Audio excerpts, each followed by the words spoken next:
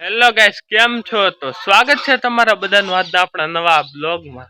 તો મિત્રો, અત્યારે હું મારા મામાના ઘરે આવી ગયો છું, કારણ કે મિત્રો મારા મામાના છોકરાના ઘર છે. તો મિત્રો, હવે આપણે મારા મામાના ઘરે જવાનું છે. તો મિત્રો, ચાલો આપણે મારા મામાના ઘરે જઈએ. તો મિત્રો અત્યારે આપણે મારા મામાને આવી ગયા છીએ અને મિત્રો તો હવે આપણે સૌથી પહેલાં અમારા મઠના દર્શન કરી લઈએ.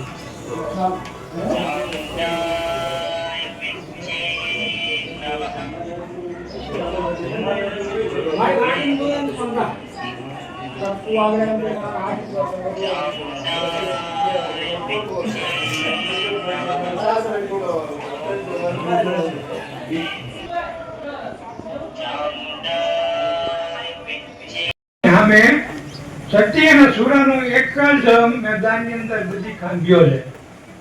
જે એવું કહી આપે છે કે આ સમાજની એકતા અહીંથી શરૂઆત થઈ. હવે એ મીટિંગની અંદર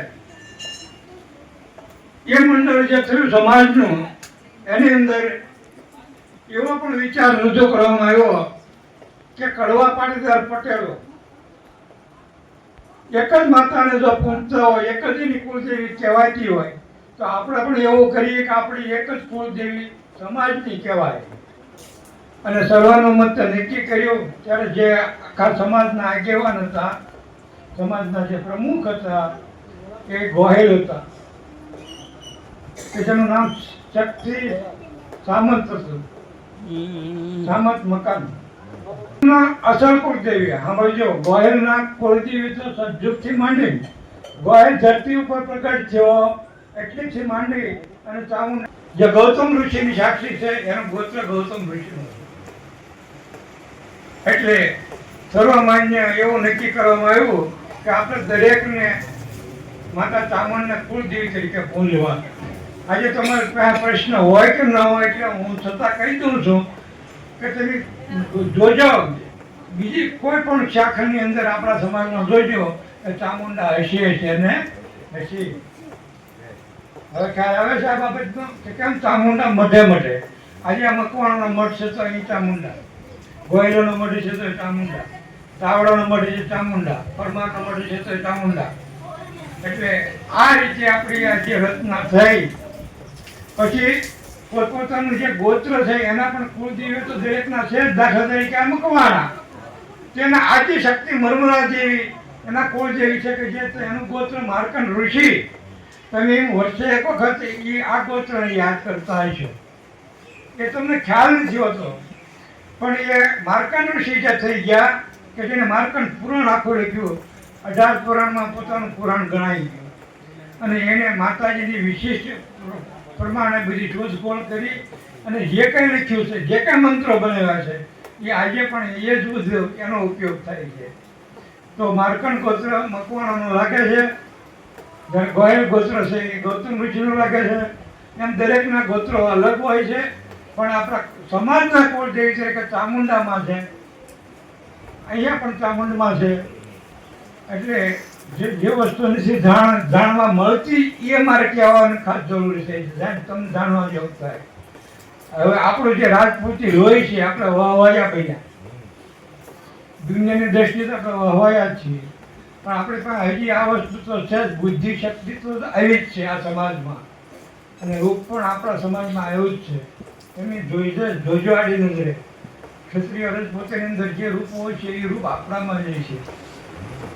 મને ઘણી વખત કોલેજ કરતી છોકરીએ પૂછેલું, પાછળ નીકો છે, બધું હાથું છે, ભાઈ તારું આઈના મોઢું તો કાચમાં એટલે કેવા આવે છે, કોળી વાગી નથી જોયા, એટલે ખ્યાલ આવી જાય. તો આ આપણી મુખ્ય જે માહિતી છે એ મેં તમને કીધી.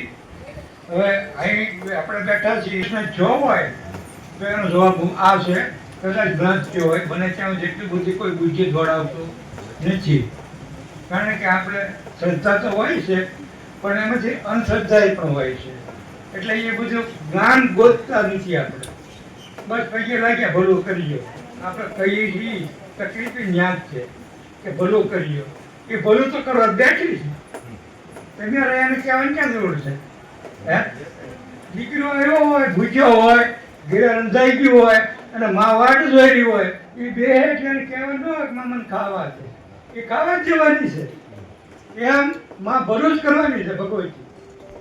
યાદ રાખો, એ વસ્તુ શ્રદ્ધા છે.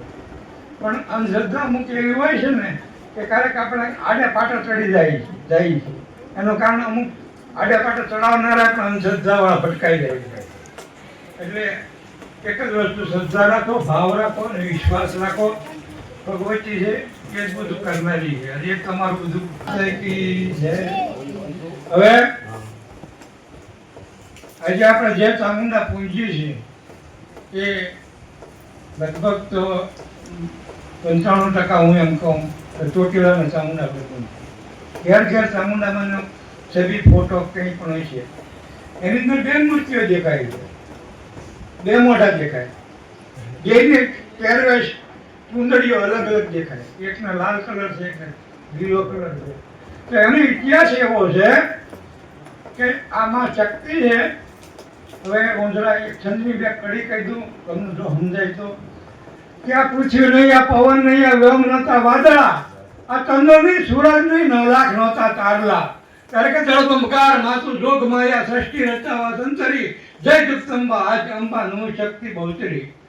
કે ચંડ મૂળ માર્યા, ધર્મ ઉગાડ્યા, ચામુંડા રૂપે સંતરી, વીર હાક બોલાવી અને વાસ કીધો અણે અણુમાં તું કરી. એવું કોઈ મઢ, એવું કોઈ ઘર ભગવતી તમારા મઠમાં તમારી માતાજીની છે, માતાજીની છે, તું તો મારી ભાઈ શા માટે એવું શીખવાડે છો? એટલે આ લોકો રાતના દિવસ દીવા વચ્ચું કરે છે, નિવેદ કરે છે, બે હાથ જોડી નમસ્કાર કરે છે અને ભાવ રાખે છે. તું હજી આવું કે છો? એટલે એવું નથી. અત્યારે કણ કણમાં સમાયેલી શક્તિ, શક્તિ પર કાંઈ છે જ નહીં. તમારા હાથમાં શક્તિ હોય તો તમે કોળીઓ લઈ શકો. ને આમાં જે જાય તો ડોક્ટર કે ભાઈ લટવા લાગ્યો, ખવાય નહીં, કારણ કે શક્તિ નથી ખેંચી ગઈ. શક્તિ બધેથી વપાર. થોડું જ્ઞાન પણ લો, ભક્તિ કરો, ભાવ રાખો, હવે થોડું જાણો કાંઈક. કારણ કે હવે સમય બદલાતો જાય છે, સમય બદલાતો જાય છે બધું, અને સમય પ્રમાણે આપણે બધું નવું કંઈક શીખવું, કંઈક નવું જાણવું, આ બહુ મહત્વનું હોય છે. તો માં ભગવતી જયારે રણે ચડી અને રાક્ષસોને મારવા માટે થઈને ચંડમુંડ રાજા હતા, અને એના એક પછી એક સેનાપતિ જયારે માર્યા, એમાં રક્તબીજ સામે આવ્યો. રક્તબીજ નામનો સેનાપતિ જયારે આવ્યો, એને ભગવાન બ્રહ્માનું એક વરદાન હતું કે તારું લોહીનું એક ટીપું જો ધરતી ઉપર પડશે ને તો તારી જેવા સેંકડો યોદ્ધાઓ થઈ જાય, પ્રગટ થાય અને તને યુદ્ધમાં સાથ આપશે. અરે આ રક્તબીજ જયારે યુદ્ધ ચીડ્યો અને એની માથે માતાજીને જયારે ઘા પીડ્યા, લોહી પીડ્યું, કે વળી આમાં સંખ્યાબંધ બધા રક્તબીજો ઉભા છે. માતાજીએ વિચાર કર્યો કે હું હવે આનું કેટલી પહોંચીશ, આનું કારણ આનું લોહીના ટીપા જ છે, માટે એ મારે કેમ બંધ કરવું? એટલે પોતાના શરીરમાંથી મેળ ઉતારી પૂતળો બનાવી એની અંદર જીવ પ્રગટ કરી અને પોતાની શક્તિમાં જો મૂકી. એ મહાકાળી મેળ હંમેશા કાળો હોય, કાળો હોય ને એને કાળો હોય, ધોળા હોય ને એને મેળ તો કાળો જ હોય. એ મહાકાળ એટલે કહેવાની એના સ્વરૂપથી. અને એ એવી શક્તિ છે કે હાથમાં ખપર લીધું, બીજા હાથમાં હથિયાર લીધું, અને એ ખડગે રાક્ષસોનો નાશ કર્યો અને લોહી પડતું હતું એ બધું ઝીણી પી ગયું. એટલે તેને લાલ જીભ બહાર છે ફોટામાં, મહાકાળનો ફોટો જુઓ. અને આ બેની વાત મૂળમાં દરબાર પરમાર શાકના રાજા હતા કે જેના ઘરે ભગવાને ભોળ્યું નહોતું બન્યું. 12 વર્ષના વાણા વાયા. એટલે કોઈ જ્યોતિષે કીધું કે માં ચામુંડાની ભક્તિ કરો અને એને તમે અરજ કરો, તમારા ઘરે એ બગીચો ઉભો કરી દે. એટલે જવાય બંધ રાજસ્થાનની અંદર આવ્યો કે જ્યાં સુંદા પર્વત ઉપર ભગવતી બેઠી હતી એક મુખે. જ્યાં ગયા એવા 21 વખત ત્યાં જઈએ અને માતાજીને અરજી કરી. માતાજીએ પછી એને મોઢે વાત કરી કે જા બેટા હું આવીશ અને તારા ઘરે પારણું બાંધીશ.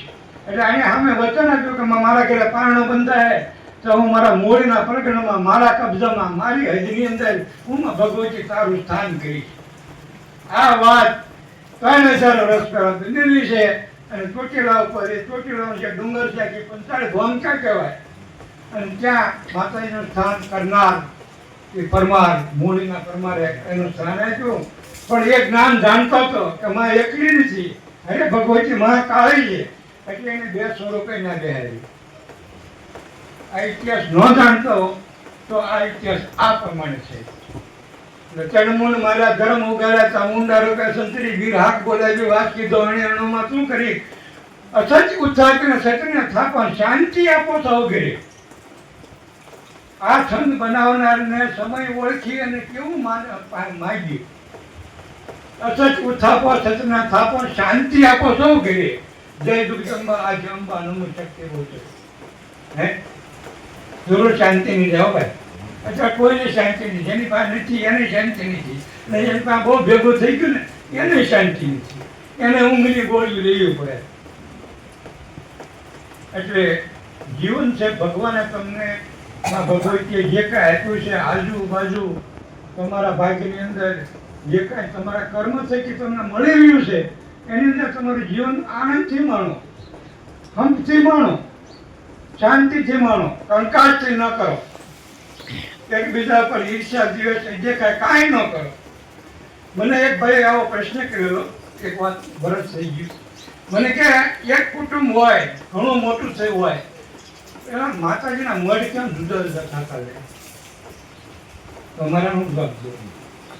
મેં એટલું જ કીધું કે ભાઈ છે ને થાળીઓ ધોવાની માતા પેટમાં જુદું છું.